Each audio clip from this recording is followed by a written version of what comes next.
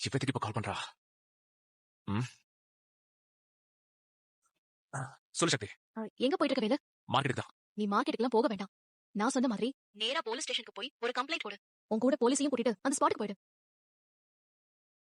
என்ன எதுவும் பேசாம இருக்க? ஒண்ணு இல்ல, போலீஸ் ஸ்டேஷனுக்கு போய் அவங்க கூட்டிட்டு போறதுக்குள்ள மார்க்கெட்ல பிரச்சனை பெருசாயிடும் சக்தி. அப்போ நீ மார்க்கெட்டுக்கு போய் சண்டை போட போற, அப்படிதானே?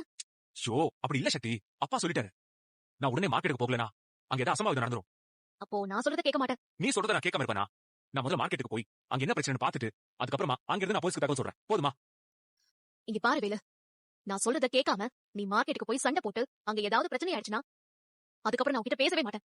ஐயோ, அப்படி எல்லாம் சொல்லாத சக்தி. நான் என்ன சண்டைக்கா போறேன்? பிரச்சனையை தீர்க்க தானே போறேன். நீ ஒண்ணும் பயப்படாத. ஐயோ, ஒவ்வொரு முறையும் நீ இப்படியே தான் சொல்லிட்டு இருக்க. ஆனா ஏதாச்சும் ஒரு பிரச்சனையோட தான் வர. எனக்கு என்னமோ மனசுக்கு ரொம்ப பதட்டமா இருக்கு.